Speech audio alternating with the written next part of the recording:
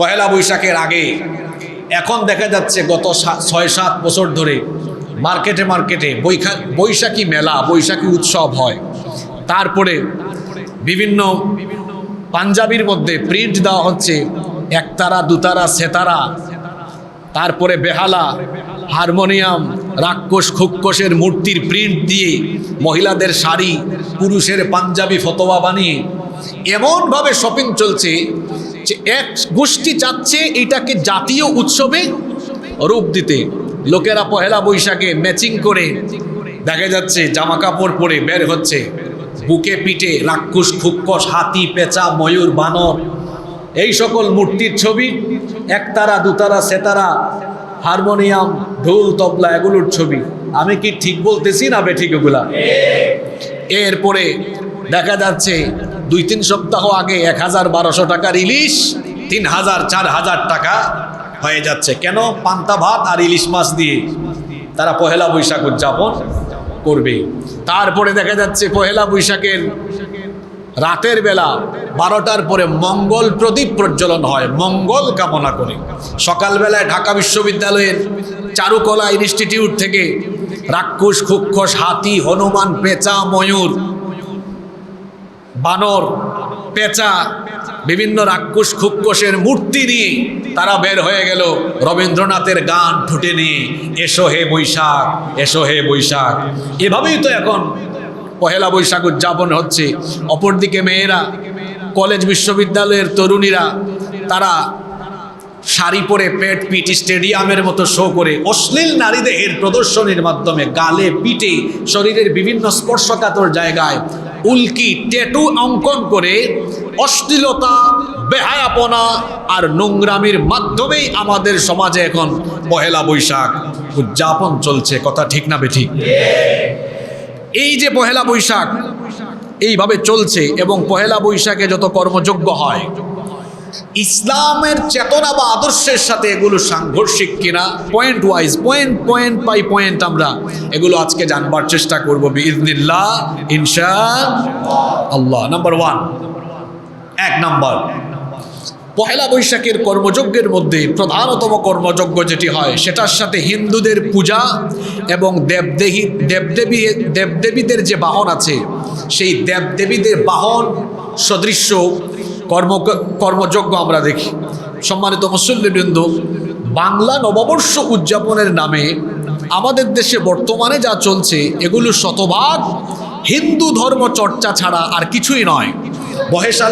বৈশাখের পহেলা তারিখ হিন্দুদের একটি মৌলিক উৎসবের দিন, এটা আমরা অনেকে জানি না। এর আগের দিন 31 চৈত্র, এটা হলো চৈত্র সংক্রান্তি, সেদিনও হিন্দুদের একটা পূজার দিন। আর পহেলা বৈশাখ হলো হিন্দুদের ঘট পূজার দিন।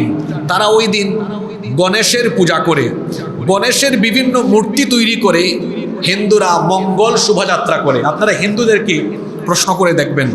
তাছাড়া পহেলা বৈশাখ উদযাপনের জন্য আরও যে সকল কর্মসূচি থাকে তার মধ্যে অন্যতম হলো মঙ্গল প্রদীপ প্রজ্বলন, মঙ্গল শোভাযাত্রা বের করা, ঢাক বাজানো, উলুধ্বনি দেওয়া, বটগাছের তলায় জমায়েত হওয়া। আবার এই শোভাযাত্রার গুরুত্বপূর্ণ আকর্ষণ থাকে বিভিন্ন পশু পাখির মূর্তি এবং মুখোশ। এই কাজগুলো হিন্দুদের ধর্মবিশ্বাস এবং ধর্মচর্চার অবিচ্ছেদ্য অংশ। তাদের কল্যাণ প্রার্থনার পদ্ধতিতে কি কোনো মুসলমান কল্যাণ প্রার্থনা করতে পারে? পারে না। তাদের ধর্মমতে, হিন্দু ধর্মমতে দেবদেবীরা পৃথিবীতে এমনি এমনি আসতে পারে না। তাদের দেবতাগুলো পৃথিবীতে আসার জন্য বিভিন্ন বাহনের দরকার। এজন্য হিন্দুরা মনে করে তাদের দেবতারা বাহনের মাধ্যমে পৃথিবীতে অবতরণ করে। এজন্য হিন্দুরা মনে করে লক্ষ্মী দেবতার বাহন হলো পেঁচা, লক্ষ্মী পেঁচায় করে আসে। সরস্বতীর বাহন হলো রাজহাঁস, গণেশের বাহন হলো ইঁদুর, দুর্গার বাহন সিংহ, মনসার বাহন সাপ, কার্তিকের বাহন ময়ূর, মহাদেবের বাহন ষাঁড়, যমরাজের বাহন কুকুর, ইন্দ্রের বাহন হাতি, ব্রহ্মার বাহন পাতিহাঁস, বিশ্বকর্মার বাহন ঢেকি, শীতলার গাধা। আমি যে বাহনগুলোর কথা বললাম মঙ্গল শোভাযাত্রায়, এই বাহনগুলো দেখা যায় কি যায় না? জোরে বলতে হবে, যায় কি যায় না? হিন্দুরা মনে করে যানবাহন ছাড়া তাদের কোনো দেবদেবী পৃথিবীতে আসতে পারে না। তাদের এমন দেবদেবী এগুলা বাহনে চড়ে আসে, এজন্য তারা বিভিন্ন বাহনের পূজা তাদের ওই নির্ধারিত দিনগুলোতে করে থাকে। তাহলে হিন্দুদের বিভিন্ন দেবতার বাহনগুলো নিয়ে মঙ্গল শোভাযাত্রা বের করে সেগুলোকে বাঙালি সংস্কৃতি বলে চাপিয়ে দিতে চায় কারা? এদেশের মুসলমানদেরকে হিন্দুয়ানি সংস্কৃতি চর্চা করাতে চায় যারা। এজন্য আমাদেরকে সতর্ক হতে হবে, তরুণ যুবক ছাত্রদেরকে সিদ্ধান্ত নিতে হবে এই ধরনের হিন্দুয়ানি সংস্কৃতি থেকে নিজেকে নিজের পরিবারকে রক্ষা করতে হবে। নাম্বার 2 নম্বর, এই পহেলা বৈশাখে আমরা আরো যে কর্মযজ্ঞ দেখি তার মধ্যে অন্যতম হলো নববর্ষ উদযাপনের দিন বছরের প্রথম যে সূর্য সেটাকে স্বাগত জানানো হয়, যেটা সূর্য এবং প্রকৃতি পূজারীদের আমলের সাথে মিলে যায়। পৃথিবীতে বহু প্রকৃতি পূজারী মানুষ আছে যারা প্রকৃতির পূজা করে, যারা সূর্যের পূজা করে। সূর্যের পূজারীরা পৃথিবীতে প্রাচীন যুগ আদিকাল থেকে আছে। যেমন খ্রিস্টপূর্ব 14 শতকে মিশরীয় অ্যাটনিজম মতবাদে সূর্যের উপাসনা ছিল। তেমনিভাবে ইন্দো ইউরোপীয় এবং মেজো আমেরিকান সংস্কৃতিতে সূর্য পূজারীদেরকে পাওয়া যাবে। 19 শতাব্দীর উত্তর আমেরিকায় কিছু সম্প্রদায়ের গ্রীষ্মের পাককালে এরা পালন করত সৌর নৃত্য, এবং এই উৎসব উপলক্ষে পৌত্তলিক প্রকৃতি পূজারীরা তাদের ধর্মীয় বিশ্বাসের পুনর্ঘোষণা দিত। এমনকি আপনারা যদি কোরআনে কারীম পড়েন তাহলে দেখবেন সাবা সম্প্রদায়ের ব্যাপারে কোরআনে কারীমে বলা হয়েছে, সাবা সম্প্রদায় সূর্যের পূজা করত। সুলাইমান নবীর নাম তো আপনারা সবাই জানেন। আল্লাহর নবী সুলাইমান আলাইহিস সালাম, আল্লাহ তাকে অসম্ভব রকমের কিছু অলৌকিক মুজিজা দান করেছিলেন। তিনি পাখির ভাষা, পিপিলিকার ভাষা পর্যন্ত বুঝতেন। আল্লাহু আকবার। তো সুলাইমান নবীর ঘটনা কোরআনে কারীমে বিভিন্ন জায়গায় বর্ণিত হয়েছে। হুদহুদ পাখি সুলাইমান নবীকে এসে একটি সংবাদ দিয়েছিল যে সাবা সম্প্রদায়কে সে সূর্যের পূজারী হতে দেখেছে, যারা সূর্যকে সেজদা করে। এই ঘটনা রব্বুল আলামিন কোরআনুল কারীমের 27 নম্বর সূরা সূরাতুন নামলের 24 নম্বর আয়াতে বলছেন, হুদহুদ পাখি এসে সুলাইমান নবীকে সংবাদ দিয়েছিল, ওয়াজাদতুহা ওয়া কওমাহা ইয়াসজুদুনা লিশ-শামসি মিন দুনিল্লাহি ওয়া যায়্যানা লাহুমুশ-শাইতানু আ'মালাহুম। হুদহুদ পাখি এসে সাবা সম্প্রদায়ের ব্যাপারে সুলাইমান নবীকে তথ্য দিয়েছে যে, হে মহামান্য বাদশাহ সুলাইমান, আপনাদেরকে আরেকটা তথ্য দিয়ে রাখি, পৃথিবীতে 2 জন ব্যক্তি গোটা দুনিয়া শাসন করিয়েছেন আল্লাহ তাদেরকে দিয়ে। কয়জন ব্যক্তি? এদের একজন ছিলেন নবী, আরেকজন নবী ছিলেন না। যিনি নবী ছিলেন তার নাম সুলাইমান আলাইহিস সালাম, আরেকজন নবী ছিলেন না, কিন্তু অনেক বড় মাপের আল্লাহর নৈকট্যশীল একজন বান্দা ছিলেন, নাম হচ্ছে যুলকারনাইন। নাম কি? যুলকারনাইন। তো সুলাইমান আলাইহিস সালামকে এসে হুদহুদ পাখি সংবাদ দিচ্ছে, আমি সাবা সম্প্রদায়কে দেখেছি তারা আল্লাহকে বাদ দিয়ে সূর্যের উপাসনা করছে। তাহলে বোঝা গেল সূর্যের পূজা পৃথিবীতে আরো হাজার হাজার বছর আগে ছিল। পহেলা বৈশাখে আমরা যে কর্মকাণ্ড দেখি, অনেক দিন সম্পর্কে জাহেল অজ্ঞ অনেক মানুষ যারা পার্থিব বা দুনিয়াবী শিক্ষা নিয়েছে, কিন্তু দিনই কোনো শিক্ষা এদের ভেতরে নাই। এদেরকে আমরা দেখি যে নববর্ষের প্রথম দিন এরা সূর্যকে স্বাগতে জানায়, এবং কবি রবীন্দ্রনাথ ঠাকুর এর যে গান আছে সেই গান বলে বলে তারা কি করে? সূর্যকে স্বাগত জানায়। তো রবীন্দ্রনাথ ঠাকুর তিনি তার ধর্মবিশ্বাস থেকে তার বৈশাখের যে কবিতা, বৈশাখের কবিতায় রুদ্র বৈশাখের কাছে মিনতি করে তিনি অনেক কিছু চেয়েছেন, কারণ সেটা তার ধর্মবিশ্বাস। কিন্তু একজন মুসলমান তার ধর্মবিশ্বাস এড়িয়ে আল্লাহকে বাদ দিয়ে, আল্লাহর উপাসনা বাদ দিয়ে সে কখনো সূর্যের পূজা বা সূর্যের কাছে কোনো কিছু কামনা করতে পারে না। নাম্বার 3 নাম্বার, পহেলা বৈশাখে জন্তু পূজা দেখা যায়, জীবজন্তুর পূজা। কিরকম? দেখবেন বিভিন্ন জীবজন্তুর মূর্তি প্রতিকৃতি বানিয়ে ওই ঢাকা বিশ্ববিদ্যালয় বা এখন বিভিন্ন বিশ্ববিদ্যালয় বিভিন্ন এলাকা থেকে এখন মঙ্গল শোভাযাত্রা বের হচ্ছে, জীবজন্তুর প্রতিকৃতি বের হয়। আমার বড় লজ্জা লাগে, বিশ্ববিদ্যালয়কে আমরা বলি যে সর্বোচ্চ বিদ্যাপীঠ, সর্বোচ্চ বিদ্যাপীঠে সৃষ্টির শ্রেষ্ঠ জীব মানুষ, যারা সৃষ্টির সবচেয়ে সম্মানিত, এরা যখন জীবজন্তুর মূর্তি মাথায় নিয়ে নাচে তখন এই মানুষদেরকে দেখে আমাদের খুব লজ্জা লাগে। এরা মানুষ নামের কলঙ্ক, এরা মানুষ হতে পারে না। এখন সে একজন মানুষ হয়ে জীবজন্তুর মূর্তি মাথায় নিয়ে নাচে। চিন্তা করেছেন কি জাতের অমানুষ সে? তার মনুষ্যত্ববোধের অনুভূতি বা চেতনা তার নিজের ভেতরে এখনো সে অনুভব করতে পারে না। সম্মানিত মুসল্লিবৃন্দ, 4 নম্বর, পহেলা বৈশাখে আরো যে অনৈসলামিক কর্মকাণ্ড আমরা দেখি তার মধ্যে অন্যতম হলো কল্যাণ অকল্যাণ সাধনে মুশরিকদের সাথে চেতনা মিলে যাওয়া। যেমন অনেকেই মনে করেন নতুন বছর নতুন কল্যাণ বয়ে আনে, মুছে দেয় পুরনো ব্যথা, গ্লানি, কষ্ট, দুঃখ, যাতনা। এরকম মেসেজও অনেকে দেয়, সেটা ইংরেজি হোক আর বাংলা নববর্ষ হোক, হ্যাপি নিউ ইয়ার। তারপরে বলে নতুন বছরের জন্য শুভকামনা। পুরাতন বছর যেগুলো চলে গেল, দুঃখ, যাতনা, কষ্ট, ক্লেশ, গানি, ব্যর্থতার গ্লানি, সব এগুলো মুছে যাক, নতুন সূর্যোদয়ের সাথে নতুন বছরে কল্যাণ আসুক। এই যে নতুন বছরে নতুন কল্যাণ বয়ে আনে, এটা বিশ্বাস করা ইসলামের সাথে সম্পূর্ণ সাংঘর্ষিক। কারণ কল্যাণ অকল্যাণ এটা নতুন বছরের সাথে সম্পর্কিত নয়। কল্যাণ অকল্যাণের একমাত্র মালিক যিনি, জোরে বলেন তো তিনি কে? আল্লাহ। ইমামুল আযম ইমাম আবু হানিফা রহমতুল্লাহ আলাইহির দাদা, ইমাম আবু হানিফা রহমতুল্লাহ আলাইহির দাদা, তিনি তার বাবাকে নিয়ে গিয়েছেন আলী রাদিয়াল্লাহু আনহুর কাছে। ঘটনাটা শোনেন, ইমাম আবু হানিফা রহমতুল্লাহ আলাইহির দাদা তার বাবাকে নিয়ে গিয়েছেন আলী রাদিয়াল্লাহু আনহুর কাছে। গিয়েছিলেন নওরুজ উপলক্ষে, অর্থাৎ নববর্ষ উপলক্ষে। আলী রাদিয়াল্লাহু আনহুর কাছে কিছু হাদিয়া নিয়ে গিয়েছিলেন। আলী রাদিয়াল্লাহু আনহু তখন এই হাদিয়া দেখে বললেন, এগুলো কিসের হাদিয়া? তখন তিনি বললেন, এগুলো নওরুজ উপলক্ষে আপনাকে হাদিয়া দিয়েছি। তখন আলী রাদিয়াল্লাহু আনহু তাকে বললেন, নওরুজুনা কুল্লা ইয়াউম, আমরা যারা মুসলমান আমরা তো বিশ্বাস করি প্রত্যেকটি বছরই আমাদের জন্য নতুন দিন, সুতরাং এগুলো আপনি নিয়ে এসেছেন কেন? আমাদের জন্য তো প্রতিদিনই আমলের, প্রতিদিনই আমাদের আখিরাতের জন্য ফসল ফলাবার জন্য উত্তম দিন, প্রত্যেকটা সময় মূল্যবান হীরকখণ্ড আমাদের কাছে, সুতরাং আপনি এগুলো নিয়ে এসেছেন কেন? এগুলো নিয়ে যান।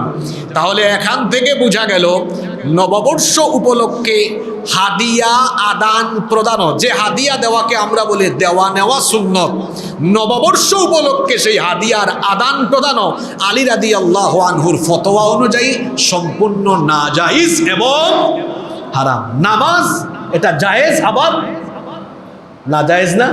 3 সময়ে নামাজ পড়া যাবে? কথা বলেন না কেন? সূর্যোদয়, সূর্যাস্ত আর দ্বিপ্রহর। কেউ যদি মনে করে না আমি ওই 3 সময়েও পড়বো, আল্লাহ খুশি হবেন না, আল্লাহ খুশি হবেন না, কারণ এই 3 সময় নামাজ আদায় নিষিদ্ধ। তো হাদিয়া দেওয়া নেওয়া সুন্নত ঠিক আছে, কিন্তু কিছু কিছু সময়ে এটা দেওয়া নেওয়া সুন্নত না, এটা সম্পূর্ণ কি হয়ে যায়? হারাম হয়ে যায়।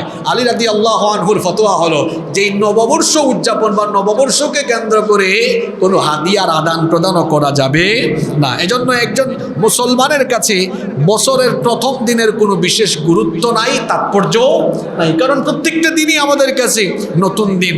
আর নতুন বছর যেটা শুরু হয় এটার সাথে কল্যাণ অকল্যাণেরও কোনো সম্পর্ক, কারণ রব্বুল আলামিন কোরআনুল কারীমে বলেছেন, ওয়া ইয়ামসাসকাল্লাহু বিদুররিন ফালা কাশিফা লাহু ইল্লা হুয়া ওয়া ইয়ামসাসকা বিখাইরিন ফাহুয়া আলা কুল্লি শাইইন কাদির।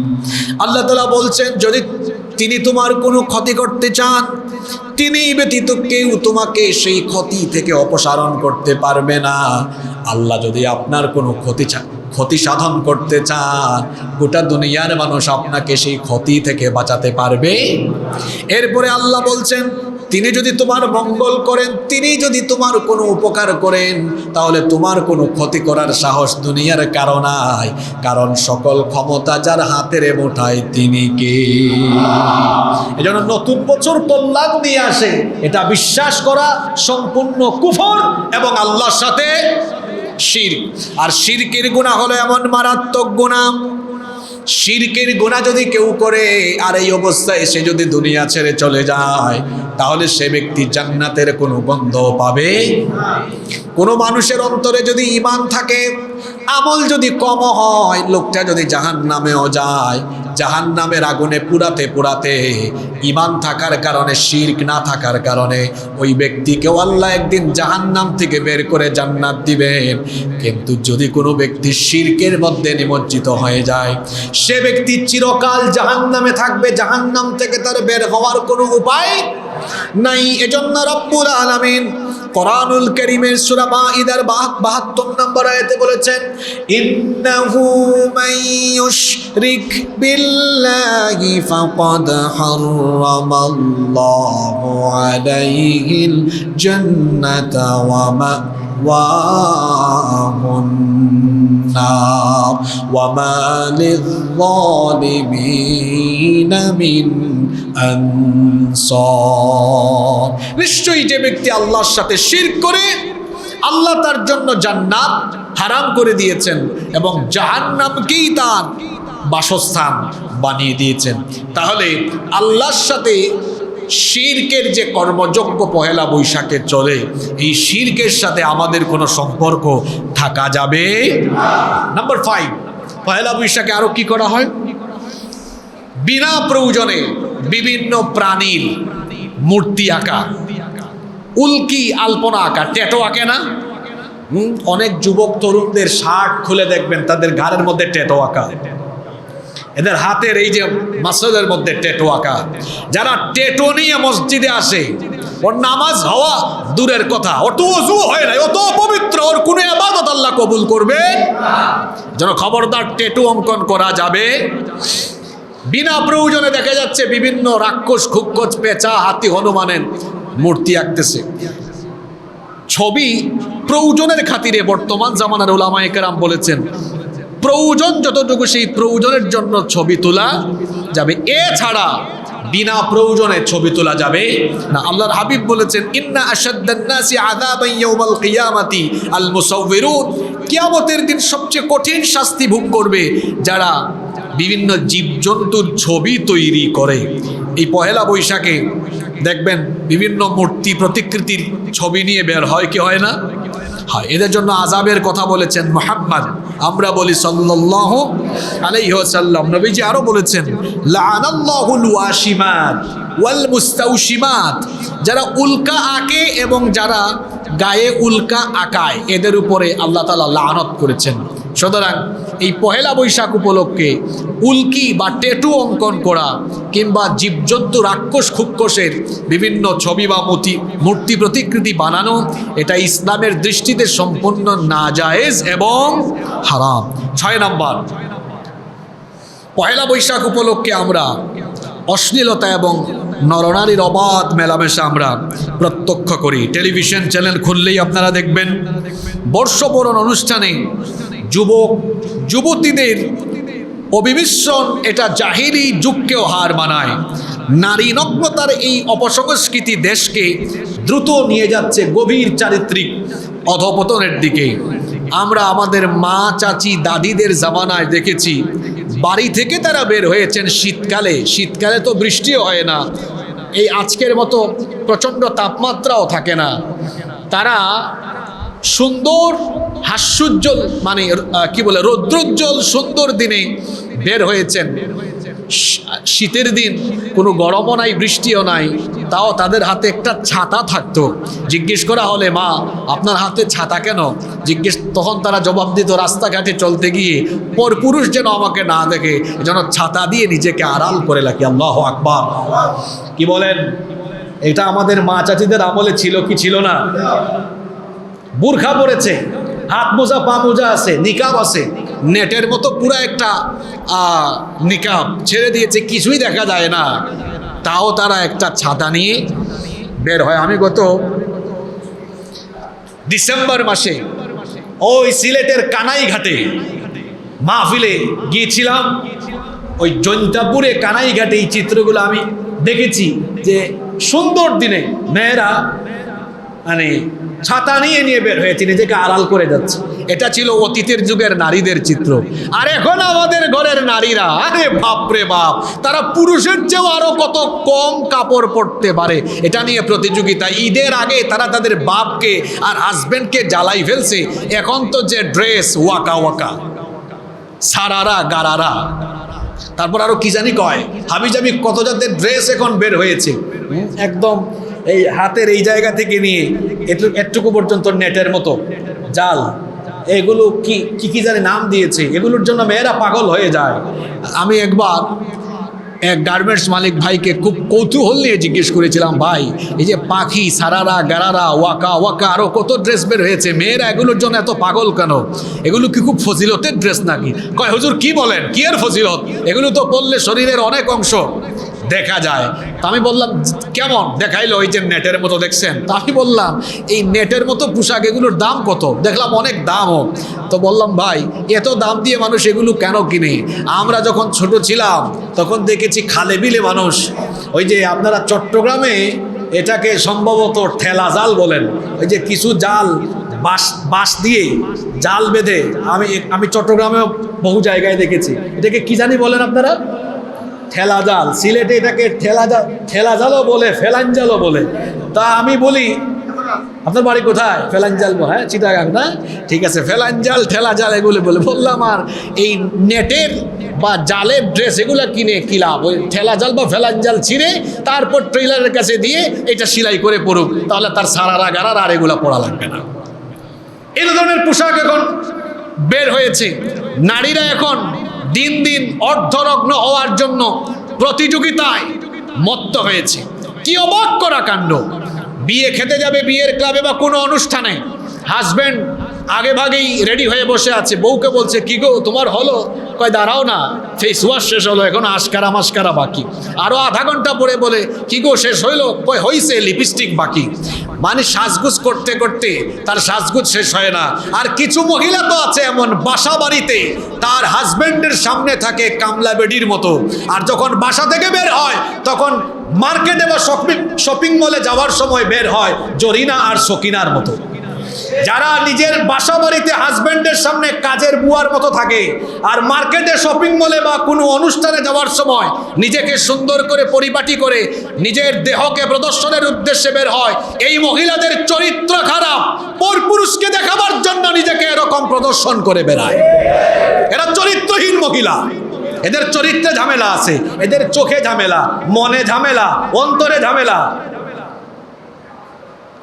সাজগুজ করবেন আপনার স্বামীর জন্য, ঘন্টার পর ঘন্টা সাজগুজ করে বসে থাকেন, কোনো অসুবিধা নাই। স্বামীর সামনে থাকে কাজের বুয়ার মতো, আর যখন বের হয় ওই যে বললাম জরিনা আর সকিনার মতো। পহেলা বৈশাখে দেখা যাচ্ছে নরনারীর অবাধ মেলামেশা। সেই রমনার বটমূলে বসে নারী পুরুষ একসাথে পান্তা ভাত আর ইলিশ মাছ ভাজা খাচ্ছে, একসাথে তারা গায়ের সাথে গা লাগিয়ে মাখামাখি করে মঙ্গল শোভাযাত্রায় বের হচ্ছে।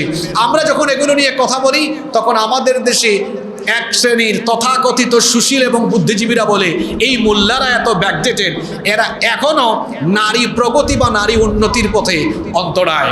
নারী প্রগতি বা নারী উন্নতির পথে অন্তরায় কেন? কারণ এই মোল্লারা নারীদেরকে পর্দার নাম করে ঘরের মধ্যে আটকিয়ে রাখতে চায়। তো ভালো কথা। আর আপনারা নারী প্রগতি আর নারী উন্নতির কথা বলে বলে আমাদের সহজ সরল অবলা সরলা মা বোনদেরকে নারী উন্নতির কথা বলে বাসা বাড়ি থেকে বের করে তাদেরকে রাজপথে কিংবা বিভিন্ন বিশ্ববিদ্যালয়ের ক্যাম্পাসে বা বিভিন্ন কর্মক্ষেত্রে এরা এদেরকে ইজ্জত লুণ্ঠনের আর শ্লীলতাহানির ব্যবস্থা করতে চায়।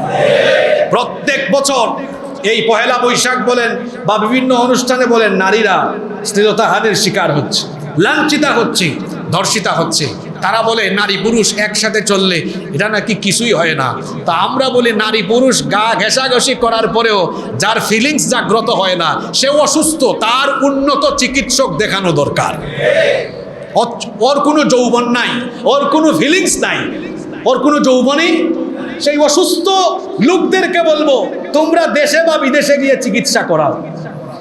ইসলাম বলে সৃষ্টিগতভাবেই প্রত্যেকটি প্রাণীর মধ্যে, শুধু মানুষ না, প্রত্যেকটি প্রাণীর মধ্যে আল্লাহ বিপরীত লিঙ্গের প্রতি আকর্ষণ পয়দা করে দিয়েছেন। আমাদের বাবা আদম আলাইহিস সালামকে আল্লাহ বানালেন, একা একা তার ভালো লাগে না।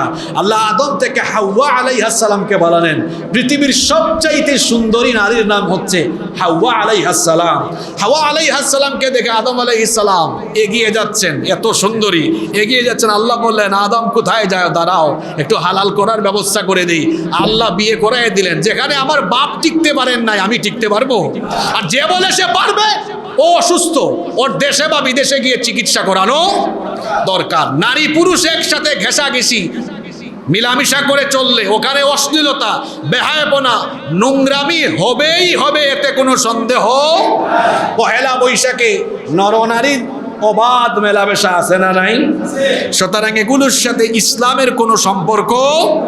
7 নাম্বার, গান বাদ্য বাজনার ব্যবহার আমরা এই পহেলা বৈশাখে দেখতে পারি। কারণ এখন তো শুধু পহেলা বৈশাখ না, প্রত্যেকটা অনুষ্ঠানের জন্য গান বাজনা করা আমাদের জন্য পূর্ব শর্ত। মানে এটা আমাদের জন্য আমরা নিজেদের সুন্নত বানিয়ে ফেলেছি আর কি।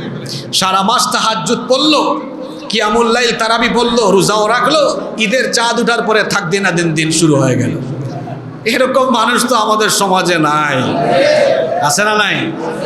আচ্ছা, ওই যে শয়তান জামিন পাওয়ার পরেই শয়তানের মুরিদরা যেন ফুলের মালা নিয়ে শয়তানকে রিসিভ করতে গিয়েছে। বিষয়টা হলো এমন। তো এই পহেলা বৈশাখে রবীন্দ্রনাথ ঠাকুর তো গান দিয়েই গিয়েছেন, এসো হে বৈশাখ। এর পাশাপাশি যে ছায়ানটের শিল্পীরা আরো কত গান আর বাজনা দিয়েছে। এই গান বাজনা দিয়ে আমার তরুণ এবং যুব সমাজের অন্তরকে এরা নাপাক বানাতে চাচ্ছে। কারণ আল্লাহর হাবিব বলেছেন, আল গিনা ইয়ামবুতুন নিফাকু ফিল কলবি কামা ইয়ামবুতুল মাউজ যারা। পানি সেচ দিলে যেমন ফসলের উর্বরতা বাড়ে, ফসলের উৎপাদন বাড়ে, তেমনি গান বাজনা মানুষের অন্তরের নিফাক বাড়িয়ে দেয়। ইন্না লিল্লাহি ওয়া ইন্না ইলাইহি রাজিউন। এজন্য গান বাজনার বিপরীতে কোরআন শুনতে হবে। কারণ কোরআনের তেলাওয়াত শুনলে ঈমান বাড়ে না কমে? যারা এই মসজিদে ফজমিয়া কন্ট্রাক্টর জামে মসজিদে নিয়মিত তারাবিহের নামাজ কিয়ামুল লাইল আদায় করেছেন, হ্যাঁ, শুধু কান্নার আওয়াজ শোনা গিয়েছে। পুরো গান শুনে মানুষ কাঁদে, দেখেছেন আপনারা? যারা কাঁদে জিজ্ঞেস করেন কাঁদছ কেন, তাই নজানের দিক কেন কাঁদে সে নিজেও জানে না। কিন্তু কোরআন যখন শুনে কলিজা ঠান্ডা হয়ে যায়, অন্তর প্রশান্ত হয়ে যায়। অর্থ না বুঝলেও তিলাওয়াতের আকর্ষণে মানুষের দিল নরম হয়ে যায়। এটা আল্লাহর কোরআনের মুজিজা, সুবহানাল্লাহ। তো পহেলা বৈশাখে এই গান বাজনা বাদ্যযন্ত্রের ব্যবহারও আমরা দেখি। নাফে রাদিয়াল্লাহু আনহু তিনি একটা ঘটনা বর্ণনা করছেন, ঘটনাটা শোনেন। তিনি বলছেন, একদিন ইবনু উমর রাদিয়াল্লাহু আনহুমা বাদ্যযন্ত্রের আওয়াজ, বাজনা, মিউজিক শুনে কানের মধ্যে আঙ্গুল ঢুকিয়ে দিলেন। 2 আঙ্গুল ঢুকিয়ে ওই রাস্তা থেকে চলে গেলেন। কিছু দূর যাওয়ার পরে বললেন, নাফে এখনো কি আওয়াজ শোনা যায়? তিনি বললেন না। কান থেকে আঙ্গুল বের করে বললেন, নাফে আমি তোমার মতোই, তুমি যেভাবে আমার মতো পথ চলছো, একদিন আমিও নবীজির সাথে পথ চলছিলাম। নবীজিও বাজনার আওয়াজ শুনে কানে হাত ঢুকিয়ে দিয়েছিলেন। কিছু দূর চলে যাওয়ার পরে তিনিও আমার মতো, আমি যেভাবে তোমাকে প্রশ্ন করলাম, নবীজিও আমাকে প্রশ্ন করেছিলেন, তুমি কি কিছু শুনতে পাচ্ছ? বললাম না। অর্থাৎ মিউজিক নবীজি তার কানের ভেতরে ঢোকাতে চাইতেন না। তো সেই নবীর উম্মত আমরা কি মিউজিক আমাদের কানের ভেতরে ঢোকাবো? এই কান কিয়ামতের দিন কথা বলবে। আল্লাহকে ভয় করুন, আল্লাহকে ভয় করুন। কিয়ামতের দিন জবান বন্ধ হয়ে যাবে। আল্লাহ কোরআনে বলেছেন, আল-ইয়াউমা নাখতিমু আলা আফওয়াহিহিম ওয়া তুকাল্লিমুনা আইদিহিম ওয়া তাশহাদু আরজুলুহুম বিমা কানু ইয়াকসিবুন। সেদিন মানুষের জবান বন্ধ করে দেওয়া হবে, জবানে তালা লাগিয়ে দেওয়া হবে। এখন যেভাবে আমরা ঠোঁট নাড়িয়ে জিহ্বা নাড়িয়ে কথা বলি, কিয়ামতের ময়দানে কথা বলা যাবে না, আল্লাহ জবান বন্ধ করে দিবেন। আমাদের হাত পা চামড়া, এমনকি আল্লাহ অন্য আয়াতে বলেছেন ইন্নাস সামআ ওয়াল বাসারা ওয়াল ফুআদা কুল্লু উলাইকা কানা আনহু মাসউলা। নিশ্চয়ই মানুষের কান, চোখ, এমনকি তার অন্তঃকরণ সব কিছু ফাঁস করে দিবে যার কাছে তিনি কে? আল্লাহকে ভয় করুন। এই বাদ্যযন্ত্র বা মিউজিক থেকে নিজেকে হেফাজত করুন। আল্লাহ আমাদেরকে তৌফিক দান করেন। 8 নাম্বার, পহেলা বৈশাখকে কেন্দ্র করে আমরা অপচয়ও দেখতে পাই। এবার আমরা দেখব, আমরা কথাও বলবো। বিশ্ববিদ্যালয়ের চারুকলা ইনস্টিটিউট মঙ্গল শোভাযাত্রার আয়োজন করে, এরা টাকা পায় কোথায়? যদি মঙ্গল শোভাযাত্রা আয়োজনের জন্য টাকা দেওয়া হয়, আমরাও দায়িত্বশীলদেরকে তখন প্রশ্ন করব, তখন বুঝি অপচয় হয় না? রমজান মাসে আপনারা ইফতার মাহফিল বিশ্ববিদ্যালয় ক্যাম্পাসে কিন্তু করতে দেন নাই, এটা মানুষের এখনো মনে আছে। ইফতার মাহফিল করলে যদি অপচয় হয়, তাহলে মঙ্গল শোভাযাত্রা বের করলে তো শুধু অপচয় না, এটা আমার দেশের যুব সমাজ এর মাধ্যমে গুনাহে ধাবিত হয়ে যাবে। এজন্য মঙ্গল শোভাযাত্রা নামক এই অশ্লীল অনুষ্ঠান এদেশে বন্ধ করতে হবে। সরকারকে বলবো, বিভিন্ন বিশ্ববিদ্যালয়ে যে মঙ্গল শোভাযাত্রা বের হয়, এটা অবশ্যই প্রশাসন দিয়ে এবছর বন্ধ করাতে হবে। বন্ধ যদি না করান, এদেশের মানুষ এখন কিন্তু নীরব প্রতিবাদ করতে। আপনি ইফতার মাহফিল বন্ধের জন্য ঘোষণা দিয়েছেন, মানুষ নিজের পয়সা খরচ করে গণ ইফতার কর্মসূচি দিয়েছে, ঠিক কিনা? সুতরাং এই মঙ্গল শোভাযাত্রা যদি করা হয়, তখন এদেশের মানুষও এর সমুচিত জবাব দিবে ইনশাআল্লাহ। কারণ এখানে রাষ্ট্রের টাকা অপচয় হয় কি হয় না? কার বাপের টাকা এগুলো? এগুলো এদেশের গরিব 90% মুসলমানের ঘাম ঝরানো ট্যাক্সের পয়সা। 90% মুসলমানের ঘাম ঝরানো ট্যাক্সের পয়সা দিয়ে মঙ্গল শোভাযাত্রা বা অনৈসলামিক কর্মকাণ্ড এই দেশে হবে, বরদাস্ত করবে না এদেশের মুসলমান। সম্মানিত মুসল্লিবৃন্দ, আলোচনার শেষ পর্যায়ে খুব গুরুত্বপূর্ণ কয়েকটি তথ্য আপনাদের সাথে শেয়ার করছি। যুব সমাজকে আমি বিশেষ করে অ্যাপ্রোচ করছি, যুব সমাজকে মনোযোগ আকর্ষণের অনুরোধ করছি। পহেলা বৈশাখকে কেন্দ্র করে একটি জঘন্য মিথ্যাচার আমাদের দেশে ছড়িয়ে দেওয়া হয়েছে। কয়েক বছর ধরে এই বিভ্রান্তি আমাদের সমাজে চতুর্দিকে ছড়িয়ে দেওয়া হচ্ছে। সেটা কি? বলা হচ্ছে পহেলা বৈশাখ এটি বাঙালি জাতির সার্বজনীন উৎসব। বলা হচ্ছে এটি বাঙালির আবহমান কাল তথা হাজার বছরের লালিত ঐতিহ্য, হাজার বছরের ঐতিহ্য। এ জাতীয় অনেক অভিধা দিয়ে এটিকে মহিমান্বিত করার অপচেষ্টা বা অপপ্রয়াস চলছে। মূলত এগুলো হচ্ছে জঘন্য মিথ্যাচার, ইতিহাসের ভয়াবহ বিকৃতি, সত্যের মারাত্মক অপলাপ। উদ্দেশ্য হচ্ছে সাংস্কৃতিক আগ্রাসনের মাধ্যমে ইসলামী সংস্কৃতির বিরুদ্ধে যুদ্ধ ঘোষণা করে এদেশের যুব সমাজ, তরুণ সমাজকে অশ্লীলতা, বেহায়াপনা, নোংরামি এবং অপসংস্কৃতির অতল সাগরে নিমজ্জিত করে দেওয়া। সুতরাং আমাদেরকে সতর্ক হতে হবে। বলা হচ্ছে পহেলা বৈশাখের মঙ্গল শোভাযাত্রা বা অন্যান্য অনুষ্ঠান এগুলো নাকি হাজার বছরের ঐতিহ্য। এবার আমি তাদের কাছে কয়েকটা প্রশ্ন করছি, আপনারাও এই প্রশ্নগুলো করবেন। 1 নম্বর প্রশ্ন, সম্রাট বাবরের আমলে আজ থেকে 468 বছর আগে যে বাংলা ক্যালেন্ডার আবিষ্কার হলো, তাহলে 468 বছর আগে বঙ্গাব্দই যদি চালু হয়, তাহলে বঙ্গাব্দকে কেন্দ্র করে এই যুগের অনুষ্ঠানাদি হাজার বছরের লালিত উৎসব হয় কি করে? সেটা বাম রাম নাস্তিক আর অমুসলিমদের বিবেকের কাছে প্রশ্ন। তাদের বাপ দাদা 14 গোষ্ঠীকে কবর থেকে উঠায় এনে তারা পারলে এই প্রশ্নের জবাব আমাদেরকে দিক, ঠিক কিনা? পারবে এই প্রশ্নের উত্তর দিতে? নাম্বার 2 নম্বর প্রশ্ন, যে মঙ্গল শোভাযাত্রার নামে তারা এত গুণগান গায়, টেলিভিশন চ্যানেল খুললেই তথাকথিত বুদ্ধিজীবীরা বুঝায় যে ঢাকা বিশ্ববিদ্যালয়ের চারুকলা ইনস্টিটিউট থেকে যে মঙ্গল শোভাযাত্রা বের হচ্ছে এটা আমাদের হাজার বছরের ঐতিহ্য। ঢাকা বিশ্ববিদ্যালয়ে তো প্রতিষ্ঠা হয়েছে কিছুকাল আগে। আর মঙ্গল শোভাযাত্রা এটা কি করে 1000 বছরের ঐতিহ্য হয়?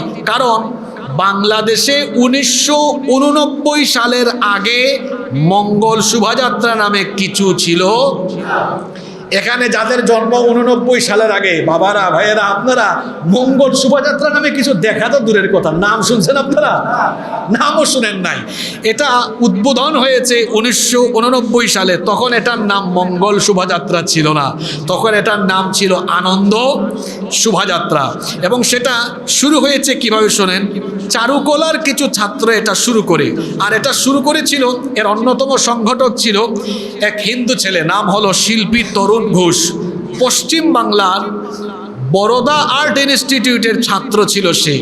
বরোদায় যেভাবে নতুন বছরকে বরণ করার নানা মোটিভ, মুখোশ এবং খেলনার আয়োজন করে, সেই কনসেপ্ট দেখে সেটাকে সে আমদানি করে এই শিল্পী তরুণ ঘোষ এদেশে সে এটা সাজায়। এবং 1989 সালে প্রথমে এই শিল্পী তরুণ ঘোষ আরও কিছু তার সহযোদ্ধাদের নিয়ে তারা শোভাযাত্রা প্রথমে বের করে। এটার নাম তখন মঙ্গল শোভাযাত্রা ছিল না, এটার নাম তখন ছিল আনন্দ শোভাযাত্রা। কয়েক বছর পরে এটার নাম বদলে দিয়ে এদেশের বাম, রাম, নাস্তিকতাবাদী চেতনায় বিশ্বাসী লোকেরা, তারা এদেশের মুসলিম যুব সমাজ, তরুণ সমাজকে নষ্ট করার অপকৌশল নিয়ে এই উদ্দেশ্যে তারা মঙ্গল শোভাযাত্রার নাম দিয়ে তারা এই শোভাযাত্রায় হিন্দুয়ানি বিভিন্ন সংস্কৃতি ঢুকিয়ে দিয়েছে। তো আমি যদি 1989 সালকে ধরি, তাহলে আজ থেকে সেটা হয় এখন 2024 থেকে 1989 কত বছর হয়? 35 বছর। আজ থেকে 35 বছর আগে যে শোভাযাত্রার জন্ম, সেটা 1000 বছরের ঐতিহ্য হয় কিভাবে? আমাদের মাথায় শয়তান পেশাব করে নাই, বরং যারা বলে এই শোভাযাত্রা 1000 বছরের ঐতিহ্য, এদের মাথায় শয়তান পেশাব করে দিয়েছে। 3 নম্বর, পান্তা ইলিশ খাওয়া, এটাকে বলে তারা 1000 বছরের ঐতিহ্য। অথচ এই পান্তা ইলিশের প্রথা শুরু হয় সর্বপ্রথম 1983 সালের বৈশাখের সময়। আমি আপনাদেরকে তথ্য সূত্র সহ উল্লেখ করছি। দৈনিক জনকণ্ঠের সাংবাদিক বুরহান আহমেদ, কবি সাইফুল্লাহ মাহমুদ দুলাল সহ আরও কিছু তরুণ সাংবাদিক কবি প্রথমে পান্তা ইলিশ আয়োজন করে। কোথায়? ঢাকার রমনা বটমূলে। তারা জনপ্রতি 5 টাকা করে চাঁদা তুলেছিল। কত টাকা? 5 টাকা। কত সালে? 1983 সালে জনপ্রতি 5 টাকা করে চাঁদা নিয়েছে। উদ্দেশ্য কি? বৈশাখের দিনে তারা পান্তা ভাত, ভর্তা আর ডিম খাবে, এই সিদ্ধান্ত নিয়ে। কিন্তু তারা এরপরে সিদ্ধান্ত পরিবর্তন করে ফেলে, ডিমের জায়গায় মেনু পরিবর্তন করে তারা ইলিশ মাছের মেনু ঢোকায়। সেই 1983 সাল থেকে শুরু হলো এভাবে পান্তা, ভর্তা আর ইলিশ। এর আগ পর্যন্ত পান্তা ইলিশ দিয়ে বর্ষবরণের কথা বাংলাদেশে কখনো শোনা যায় নাই। বর্তমানে যে পান্তা ইলিশের জন্য এত বাড়াবাড়ি, ইলিশ মাছের এত দামাদামি, আর বলা হচ্ছে এটা 1000 বছরের আগের ঐতিহ্য। শুরু হলো যেটা 1983 সাল থেকে, এটা 1000 বছরের ঐতিহ্য হয় কিভাবে? এটা তাদের বিবেকের কাছে আমাদের প্রশ্ন। এরপরে 4 নম্বর প্রশ্ন হলো, যারা বলে পহেলা বৈশাখ এটা সার্বজনীন উৎসব, আমরা বলি তাদের কাছে, তো পহেলা বৈশাখ যদি সার্বজনীন উৎসবই হয়, তাহলে আপনারা মঙ্গল শোভাযাত্রায় হাতি, ময়ূর, পেঁচা, রাক্ষস, খুক্ষসের মূর্তি নিয়ে বের হন কেন? আমরা কোরআন যেমন পড়েছি, ঠিক তেমনি হিন্দুরা কোন কোন পূজা করে, কোন পূজার দেবতা কি, কোন বাহনে চড়ে তারা আসে, এগুলো আমরা পড়েছি কিছুক্ষণ আগে, সেগুলো আপনাদেরকে উল্লেখ করেছি।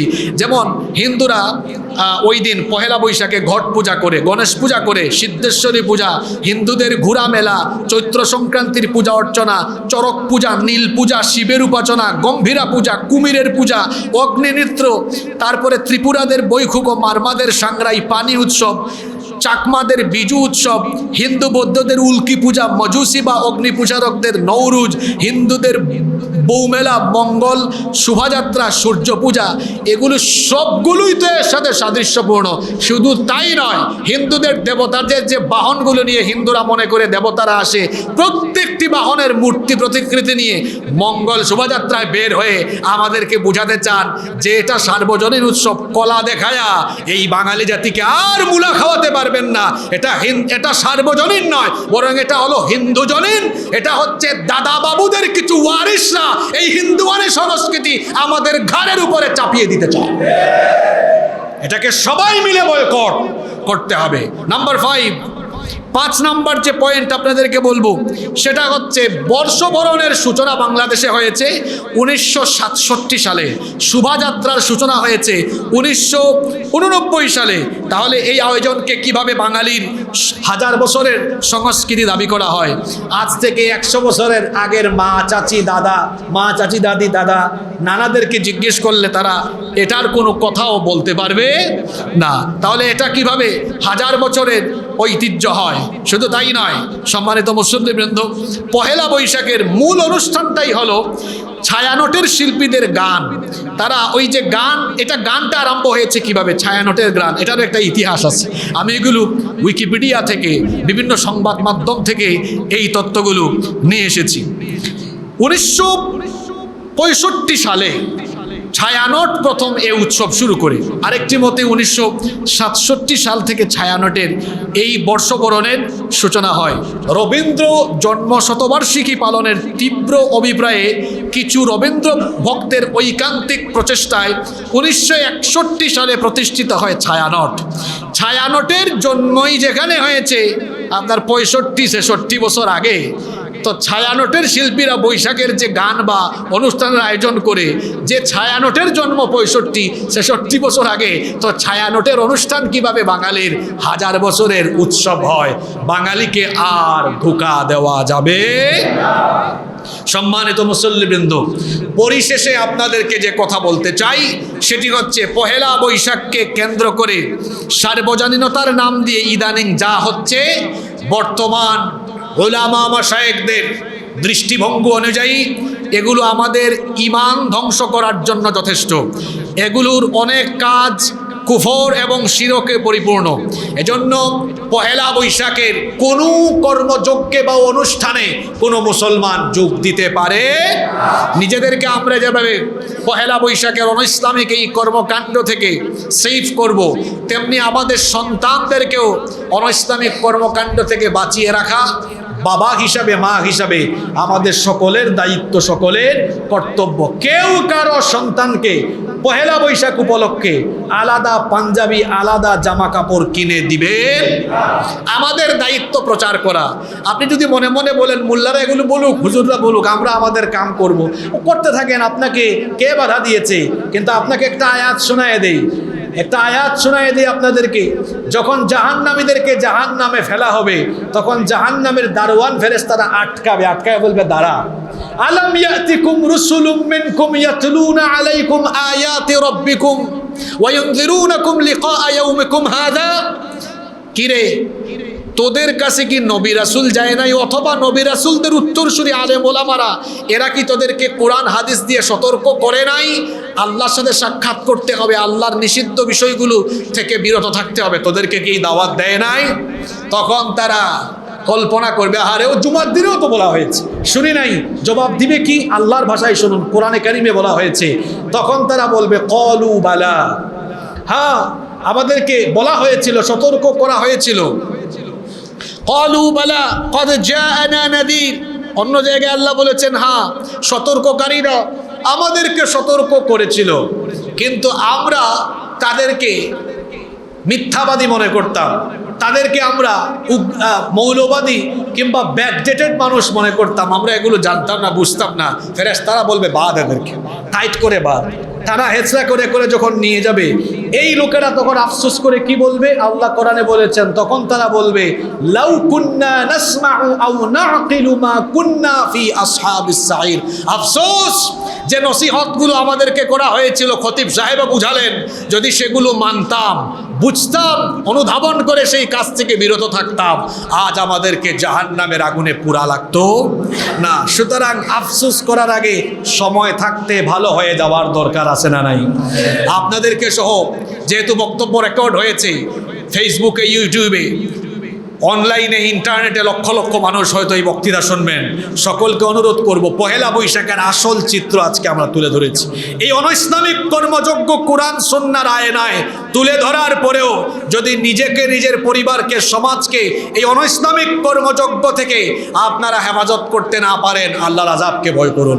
দয়া করে এই অনৈসলামিক কর্মযজ্ঞ থেকে নিজেদেরকে, পরিবারকে হেফাজত করুন।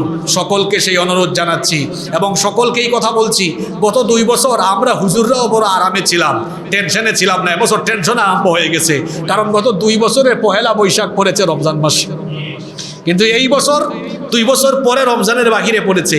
অলরেডি যারা এগুলো করে তাদের বিরাট প্রস্তুতি আছে, আমরা জানি, এই খবর আমাদের কাছে আছে। এজন্য আমরা আপনাদেরকে অনুরোধ করছি, এদের খপ্পরে পড়া যাবে। মাত্র রমজান মাসটা আমরা শেষ করেছি, রমজান মাসে নিজেদেরকে আমরা সংশোধন করার চেষ্টা করেছি, নিজেদেরকে আমরা পরিশুদ্ধ মুসলমান বানানোর চেষ্টা করেছি। আমরা বাকি জিন্দেগি এভাবেই নিজেদেরকে ঈমানের পথে পরিচালিত করব। শুধু পহেলা বৈশাখ নয়, আমৃত্যু আমরা সকল অনৈসলামিক কর্মযজ্ঞ থেকে নিজেদেরকে সেভ করব। আল্লাহ যেন আমাদের সকলকে সেই তৌফিক দান করেন, আমরা সবাই বলি আমিন।